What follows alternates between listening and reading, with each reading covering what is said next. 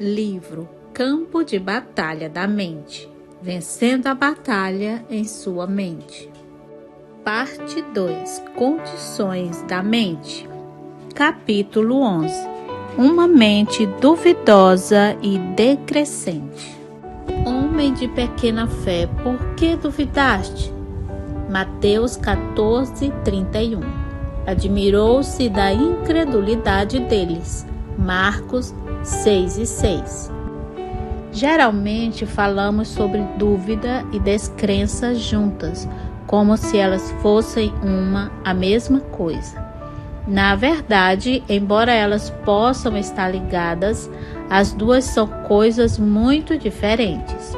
O dicionário expositivo das palavras do Novo Testamento define duvidar na forma de verbo como estar em dois caminhos, implicando incerteza em qual deles seguir. Dito de crentes cuja fé é pequena, estar ansioso por causa de um estado distraído da mente, oscilando entre esperança e medo. O mesmo dicionário assinala que uma das duas palavras gregas traduzidas como descrença é sempre traduzida como desobediência. Na VR, que é a versão revista da tradução de King James. Então, quando olhamos para essas duas armas poderosas do inimigo, vemos que a dúvida leva uma pessoa a oscilar entre duas opiniões, enquanto a descrença a conduz à desobediência. Penso que será útil reconhecer exatamente com o que o diabo está tentando nos atacar. Estamos lidando com dúvida ou com descrença? Dúvida. Até quando cocheareis entre dois pensamentos? 1 Reis 18:21. Ouvi uma história que lançará luz sobre a dúvida. Havia um homem que estava doente e que estava confessando a palavra sobre seu corpo, repetindo versículos de cura e crendo que sua cura se manifestaria. Enquanto fazia isso, era intermitentemente atacado por pensamentos de dúvida. Após ter atravessado um tempo difícil e começado a ficar desencorajado, Deus abriu-lhe os olhos para o mundo espiritual. Isso foi o que ele viu. Um demônio dizendo-lhe mentiras, dizendo-lhe que ele não seria curado e que confessar a palavra não iria funcionar. Mas ele também viu que cada vez que ele confessava a palavra, saía luz da sua boca como uma espada e o demônio se acovardava e recuava. Quando Deus lhe mostrou essa visão, o homem então entendeu porque era tão importante repetir a palavra. Ele viu que realmente tinha fé e por causa disso o demônio o estava atacando com dúvida. A dúvida não é algo que Deus coloca em nós. A Bíblia diz que Deus dá a cada homem uma medida de fé. Romanos 12:3. Deus colocou a fé em nosso coração, mas o diabo tenta anular nossa fé atacando-nos com a dúvida. A dúvida vem em forma de pensamentos que estão em oposição à palavra de Deus. Por isso, é tão importante que a conheçamos. Se conhecermos a palavra, então poderemos reconhecer quando o diabo estiver mentindo para nós. Tenha certeza de que ele nos conta mentiras para roubar o que Jesus Cristo comprou para nós por meio da sua morte e ressurreição. Dúvida e descrença. Abraão, esperando contra a esperança, para Abraão a razão humana para a esperança havia acabado. Creu para vir a ser pai de muitas nações, segundo lhe fora dito, assim será a tua descendência. E sem enfraquecer na fé, embora levasse em conta o seu próprio corpo amortecido, estando como morto, tendo já 100 anos, ou quando ele considerou a infertilidade do ventre amortecido e a idade avançada de Sara. Não duvidou nem descreu por incredulidade da promessa de Deus, mas pela fé se fortaleceu, dando glória a Deus, estando plenamente convicto de que ele era poderoso para manter sua palavra, cumprir o que prometera. Romanos 4, 18 a 21. Quando estou em uma batalha, sabendo que Deus prometeu, mas mesmo assim sendo atacado pela dúvida e descrença, gosto de ler ou meditar nessa passagem. Abraão tinha recebido a promessa de Deus de que faria com que tivesse um herdeiro do seu próprio corpo. Muitos anos vieram e se foram, e ainda não havia nenhuma criança como resultado do relacionamento de Abraão e Sara. Abraão ainda estava esperando em fé, crendo que o que Deus havia dito viria a acontecer. Enquanto ele se mantinha firme, era atacado por pensamentos de dúvida, e o espírito de descrença o estava pressionando para desobedecer a Deus. A desobediência em uma situação como essa é simplesmente desistir quando Deus está nos ordenando que perseveremos. Desobediência é negligenciar a voz do Senhor ou o que quer que Deus esteja nos falando pessoalmente, não apenas transgredir os 10 mandamentos. Abraão continuou firme, ele continuou louvando e dando glória a Deus. A Bíblia afirma que ao fazer isso ele ficou mais forte na fé. Quando Deus nos pede para fazer alguma coisa, a fé para crer nisso ou fazer isso vem da palavra de Deus. Seria ridículo Deus esperar que fizéssemos alguma coisa sem nos dar a habilidade de crer que podemos fazê-lo.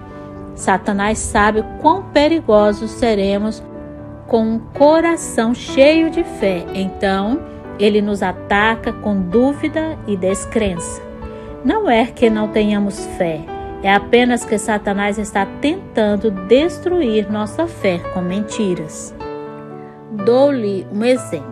Refere-se ao tempo quando recebi meu chamado para o ministério. Era uma manhã comum como outra qualquer, exceto que tinha sido cheia do Espírito Santo 3 semanas antes. Tinha acabado de ouvir meu primeiro áudio de ensino.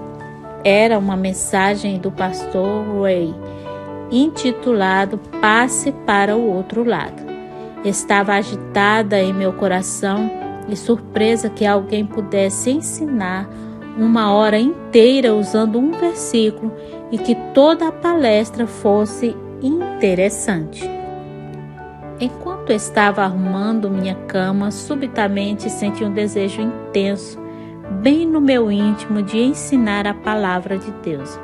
Então a voz do Senhor veio a mim dizendo: você irá a todos os lugares e ensinará a minha palavra e terá um amplo ministério de fitas gravadas. Não haveria nenhuma razão natural para acreditar que Deus havia mesmo falado comigo ou que poderia ou faria o que tinha acabado de ouvir. Tinha muitos problemas dentro de mim. Não teria chegado a ser um material ministerial, mas Deus escolhe as coisas fracas e tolas do mundo para confundir os sábios. 1 Coríntios 1:27. Ele olha para o coração do homem, não para a sua carne. 1 Samuel 16:7. Se o coração está correto, Deus pode mudar a carne. Embora não houvesse nada na área natural que indicasse que deveria acreditar, quando o desejo veio sobre mim, senti-me tão cheia de fé que poderia fazer o que o Senhor queria que fizesse. Quando Deus chama, Ele dá o desejo, a fé e a habilidade para fazer o trabalho.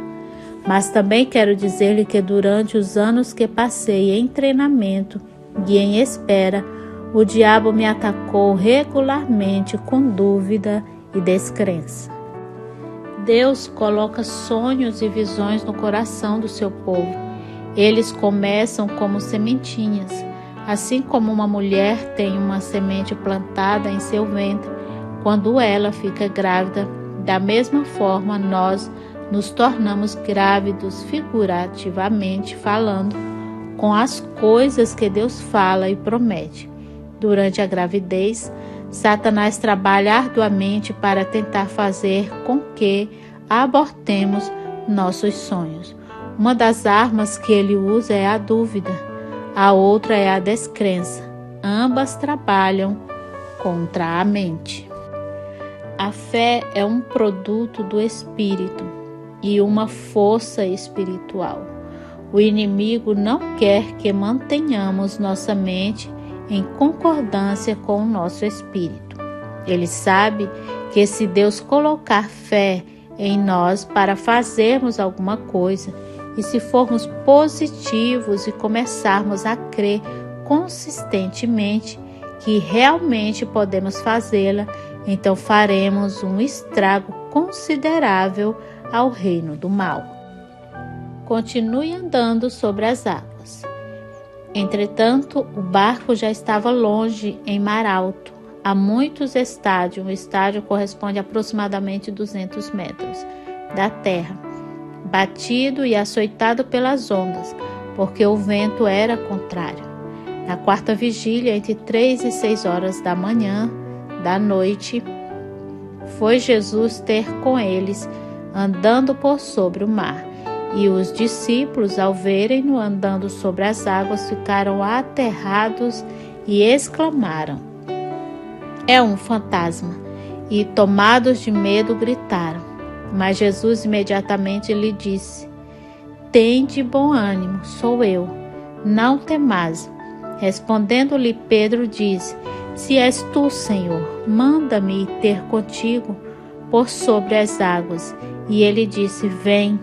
E Pedro, descendo do barco, andou por sobre as águas e foi ter com Jesus. Reparando, porém, na força do vento, teve medo e, começando a submergir, gritou: "Salva-me da morte, Senhor." E prontamente Jesus, estendendo a mão, tomou-o e lhe disse: "Homem de pequena fé, por que duvidaste?" Subindo ambos para o barco, cessou o vento. Mateus 14, 24 a 32. Enfatizei o último verso porque quero chamar sua atenção para o programa que o inimigo esboçou nessa passagem. Pedro, ao comando de Jesus, apressou-se a fazer algo que não havia feito antes. Para falar a verdade, ninguém, exceto Jesus, jamais havia feito isso. Isso demandava fé. Pedro cometeu um erro. Gastou muito tempo olhando a tempestade. Ele ficou amedrontado. Dúvida e descrença o assediaram e ele começou a afundar. Ele gritou para que Jesus o salvasse e Jesus o salvou. Mas observe que a tempestade cessou assim que Pedro voltou para o barco. Lembre-se de Romanos 4, 18 e 21. Quando Abraão não vacilou ao considerar sua situação impossível.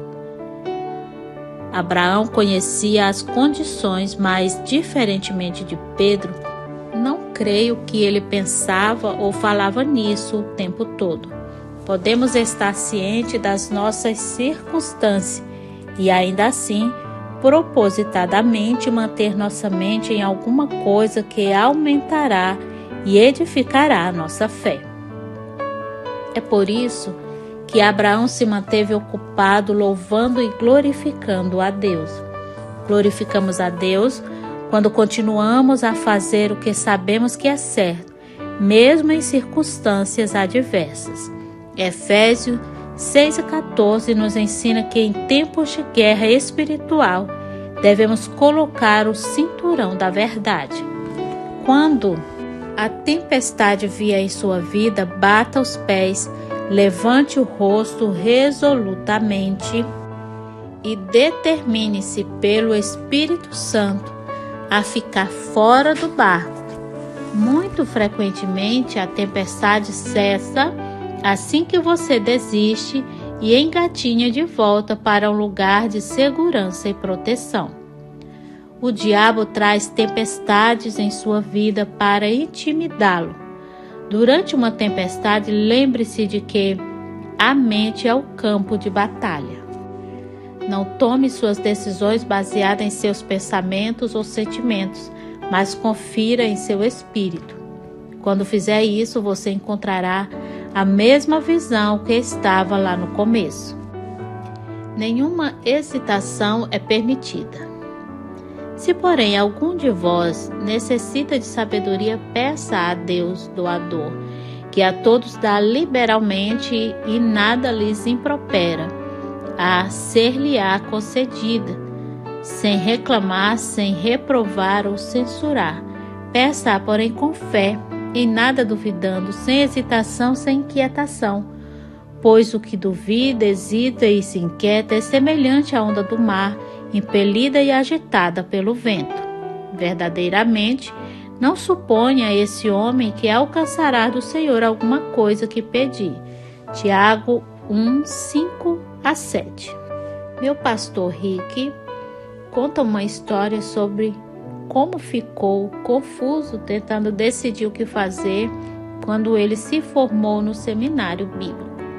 Deus havia colocado firmemente em seu coração o desejo de voltar a Louis, no Missouri, e começar uma igreja local depois de sua formatura, o que ele pretendia fazer.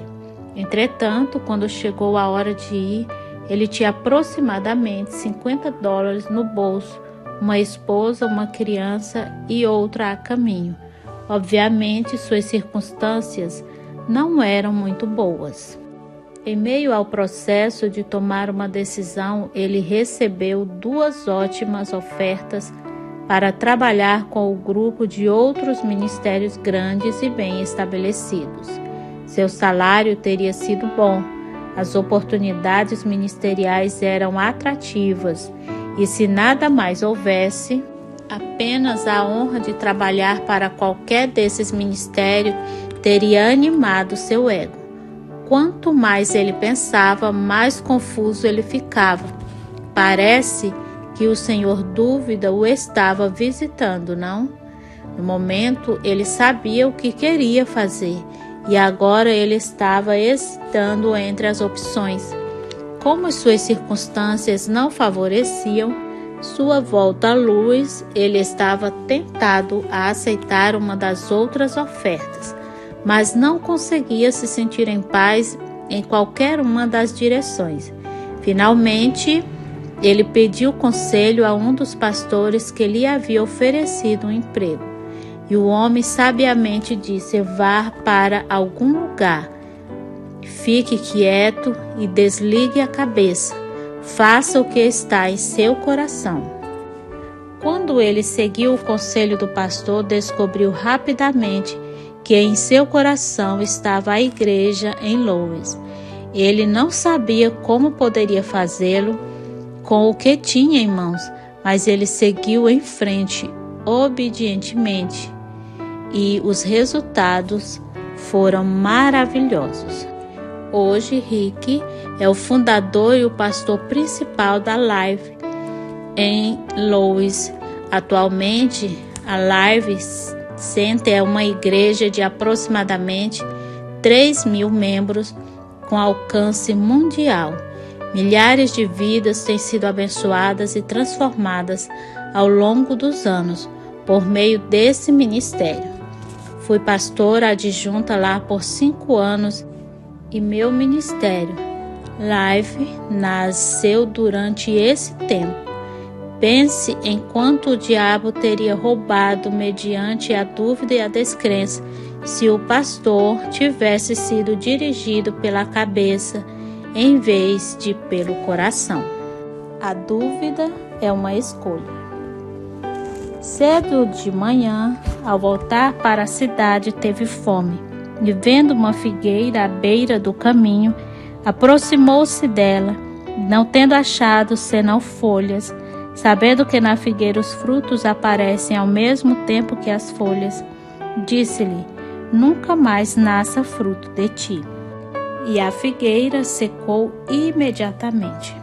Vendo isto, os discípulos admiraram-se grandemente e exclamaram: como secou depressa a figueira! Jesus, porém, lhes respondeu: em verdade vos digo que se tiverdes fé, uma confiança verdadeira e firme, e não duvidardes, não somente fareis o que foi feito à figueira, mas até mesmo, se a este monte disserdes: ergue-te e lança-te no mar, tal sucederá. E tudo quanto pedirdes em oração crendo e realmente acreditando, recebereis. Mateus 21, 18 a 22. Quando seus discípulos se maravilharam e perguntaram a Jesus como ele era capaz de destruir a figueira com uma palavra apenas em essência, ele lhes disse: se vocês tiverem fé e não duvidarem, vocês podem fazer a mesma coisa que fiz à figueira, e outras obras maiores farão. João 14 e 12. Nós já estabelecemos que a fé é o dom de Deus, então sabemos que temos fé. Romanos 12, 3. Mas a dúvida é uma escolha, é a tática de guerra do diabo contra nossa mente. Como você pode escolher seus próprios pensamentos? Quando a dúvida vier, você deverá aprender a reconhecê-la pelo que ela é e dizer: não, obrigado, e continuar crendo. A escolha é sua. Incredulidade e desobediência. E quando chegaram para junto da multidão, aproximou-se dele um homem que se ajoelhou e disse: Senhor, compadece-te de meu filho, porque é lunático e sofre muito, pois muitas vezes cai no fogo e outras muitas na água. Apresentei-o a teus discípulos, mas eles não puderam curá-lo. Jesus exclamou: ó geração incrédula e perversa, até quando estarei convosco? Até quando vos sofrerei? Trazei-me aqui o menino. E Jesus repreendeu o demônio, e este saiu do menino, e desde aquela hora ficou o menino curado. Então, os discípulos, aproximando-se de Jesus, perguntaram em particular: por que motivo não podemos nós expulsá-lo? E ele lhes respondeu: por causa da pequenez da vossa fé. Mateus 17, 14 a 20. Lembre-se, a descrença conduz à desobediência. Talvez Jesus tenha ensinado aos seus discípulos certas coisas a fazer naqueles casos, e descrença os tenha levado a desobedecer-lhe. Portanto, eles foram mal-sucedidos. De qualquer forma, o ponto é que a descrença, como a dúvida, impedirá que façamos o que Deus nos chamou e ungiu para realizar na vida. Isso também nos impedirá de experimentar a sensação de paz que Ele quer que desfrutemos ao encontrarmos descanso para nossa alma nele.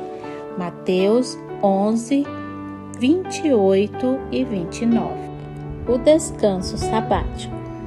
Esforcemo-nos, sejamos zelosos e nos empenhemos, pois por entrar naquele descanso de Deus para conhecê-lo e experimentarmos por nós mesmos, a fim de que ninguém caia nem pereça, segundo o mesmo exemplo de descrença e desobediência na qual caíram os que estavam no deserto. Hebreus 4 e 11. Se você ler todo o capítulo 4 da carta aos Hebreus, verá que ele está falando sobre um repouso sabático que está à disposição do povo de Deus. Debaixo da antiga aliança, O sábado era observado como um dia de repouso. Debaixo da nova aliança, esse descanso sabático aqui referido é um lugar de descanso espiritual. É um privilégio de cada crente recusar preocupar-se ou ter ansiedade. Como crentes, podemos entrar no descanso de Deus. Uma observação cuidadosa de Hebreus 4:11 revela que só entraremos naquele descanso crendo e seremos privados dele pela descrença e pela desobediência. A desobediência nos manterá em um viver desértico, mas Jesus providenciou um lugar permanente de descanso que pode ser habitado apenas se vivermos pela fé. Vivendo de fé em fé. Visto que a justiça de Deus se revela no Evangelho de fé em fé, como está escrito, o justo viverá por fé. Romanos 1:17. Lembro-me de um incidente que pode ilustrar esse ponto com muita clareza.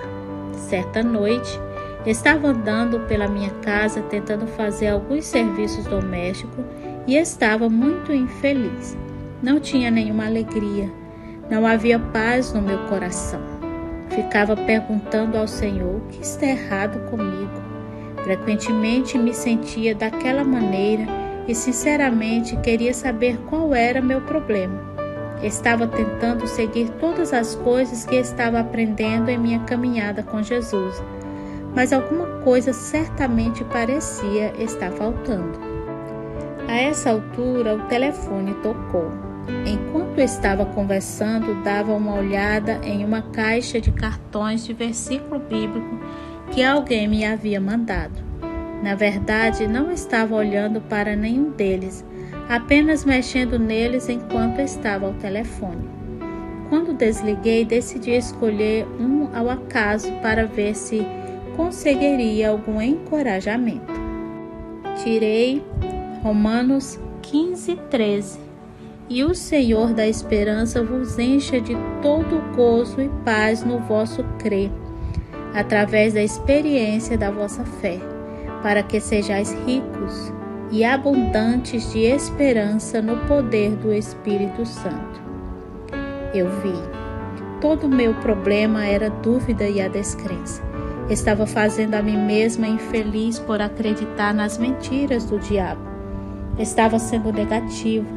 Não poderia ter alegria e paz porque não estava crendo. É impossível ter alegria e paz e viver em descrença. Tome a decisão de acreditar em Deus e não no diabo. Aprenda a viver de fé em fé. De acordo com Romanos 1:17, essa é a maneira como a justiça de Deus é revelada. O Senhor precisou revelar-me que, em vez de viver de fé em fé, eu vivia frequentemente de fé em dúvida e descrença. Então voltava à fé por um pouco e mais tarde retornava à dúvida e à descrença. Ia para trás e para frente de uma a outra. Por isso estava tendo tanto problema e infelicidade em minha vida. Lembre-se, de acordo com Tiago 1:7 e 8, o homem de ânimo dobre é instável em todos os seus caminhos e jamais recebe o que ele quer do Senhor. Decida que você não será de ânimo dobre, não viva na dúvida. Deus tem uma grande vida planejada para você.